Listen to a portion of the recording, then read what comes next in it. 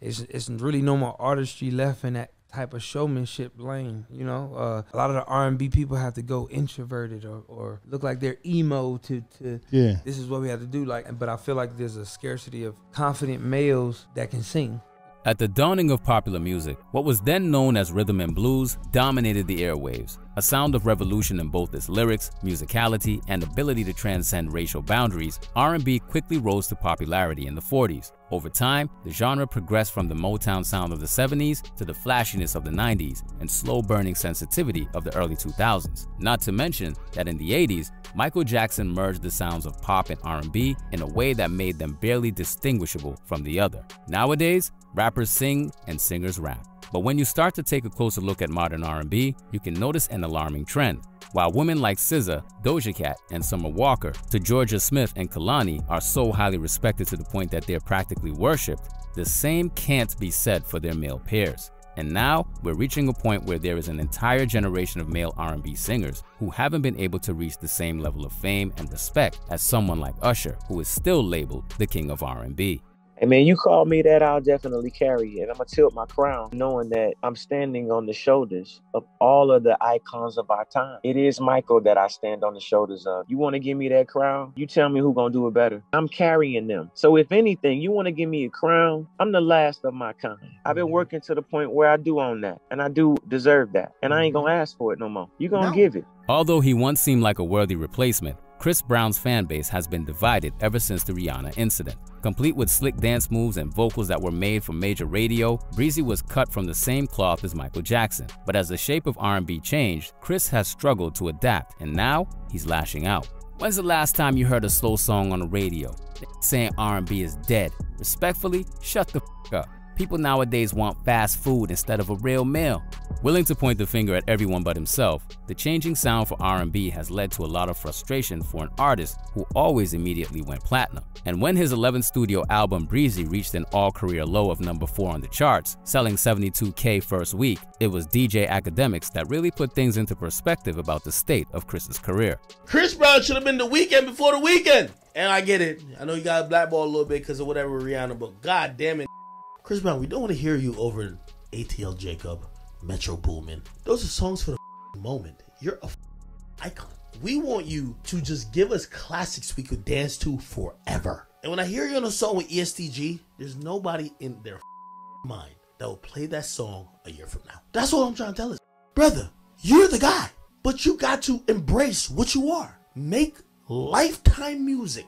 In T-Pain's opinion, Chris's tantrum is part of a larger problem that has affected his career, mainly being that he has a sense of entitlement to him that really comes from everyone expecting him to be the next king of R&B for so long. Now, Chris Brown is my mother, but I know what his faults are.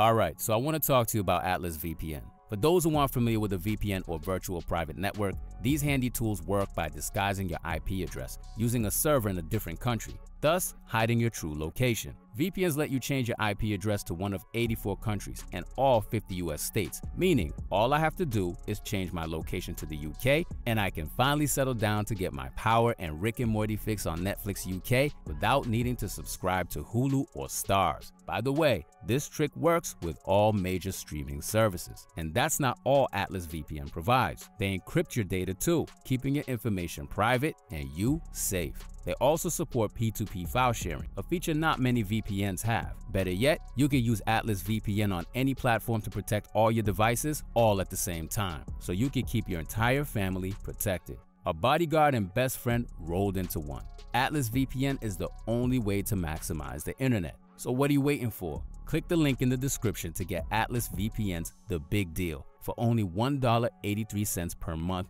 plus 3 months completely free. And be quick, as it's a limited time offer.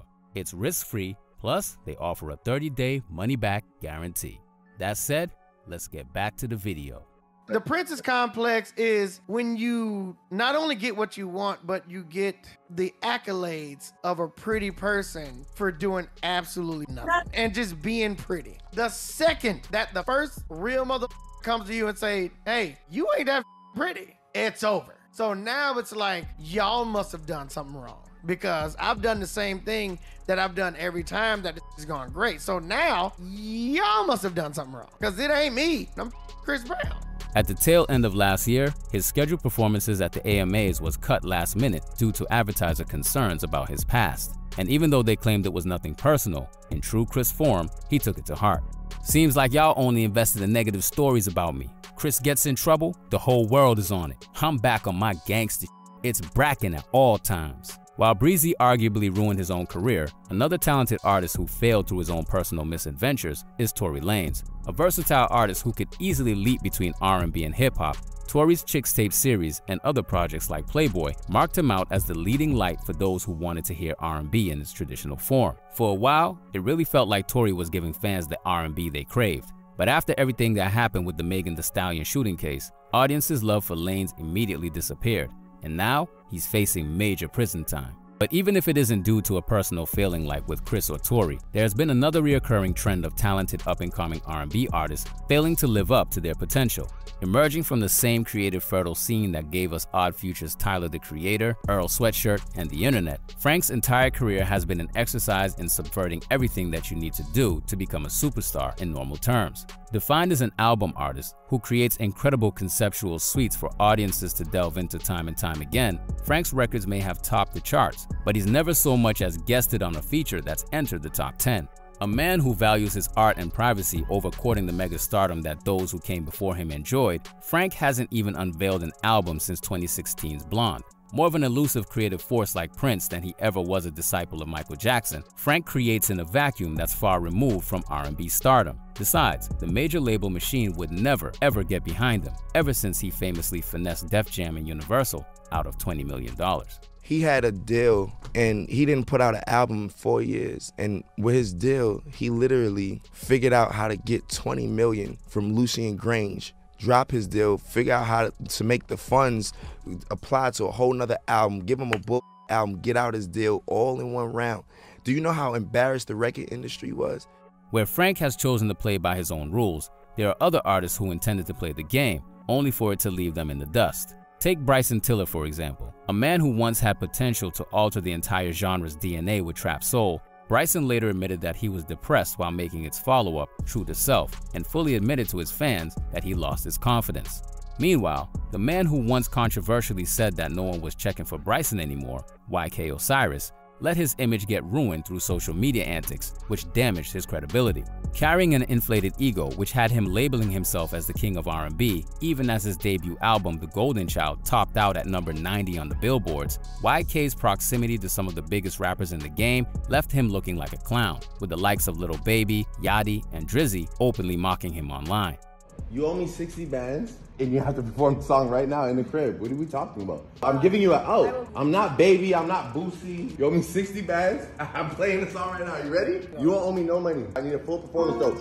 While other artists within the New Jack Swing vein like Keith Sweat, Teddy Riley, and Bobby Brown created music with the charts in mind, one other issue that is plaguing male R&B is that it seems like a lot of its leading lights are more interested in creating their own world than they are aiming to dominate the charts. Case in point, Miguel, who used to command respect and adoration since the drop of his sophomore album Kaleidoscope Dreams, has walked a strange path in that he was once at the top and then seemed to willingly step out of the spotlight. Being the subject of memes after he accidentally leg-dropped a woman from the stage, Miguel's music has become increasingly unapproachable in a way that suggests he has no intentions of being the marketable star that he was once groomed as. His 2017 album War and Leisure only reached number 9 on the Billboard charts, where he was used to being in the top 5 with his previous albums. Now, he hasn't been seen on the charts since 2020.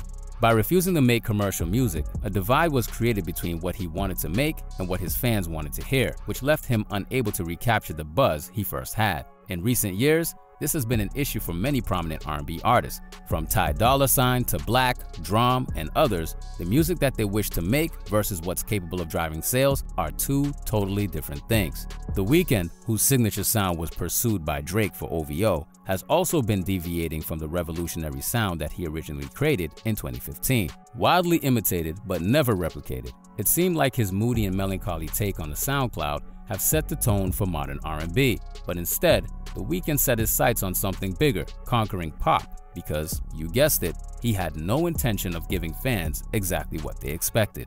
Back in 2012, when I was continuing to do that kind of music, people were fed up with it. They were like, "This is all he can do?" He told Pitchfork. "I owe it to myself to show the world how versatile I can be. because that's not all I can do. Why can't I try something that challenges me as an artist? I didn't have to learn, he said about writing pop songs. It's always been in me. I just had to be confident enough to let it out. Working with producers like Max Martin and Kanye West, I've learned to do certain things technically and make songs in different ways than I usually would, but it's always been in there. I'm a pop artist. You could put me in one category. Existing within his own lane, Brent Faiyaz seems to be winning on his own terms, even while holding no desire to be labeled as the next face of R&B. Even more impressively, his debut album Wasteland landed at number 2 without him sacrificing his independence. And much like many others who briefly saw success before it blew past them, Brent has no need to pander to what audiences expect from an R&B singer. It's funny because today Puffy tweeted out something like "Who killed R&B?" and it always seems like a conversation around challenging the state of R&B. Like, is what going on now meet the standards of the past, of the 90s and the 2000s and stuff like that? I mean, like, people are so stuck in that classic. There's people that wouldn't classify me as an R&B artist. There's people that's like, that ain't R&B, that ain't what I know. And if that's the case, then I guess not. I personally don't live and die by no damn genre. I really don't care. If you think it's R&B music, cool. If you don't think it's R&B music, cool. I just be making music. People love it. In Brent, and to a lesser extent Steve Lacy, we see that R&B today has become less of a playground for the romantic playboys of the past and more of a place for experimentalism. Now, the idea of a heartthrob like Usher or Omarion is out of date, and the artistry is everything. So while it might mean that the R&B as we once knew it is quote-unquote dead, there are worse things to have than an overwhelming amount of creativity.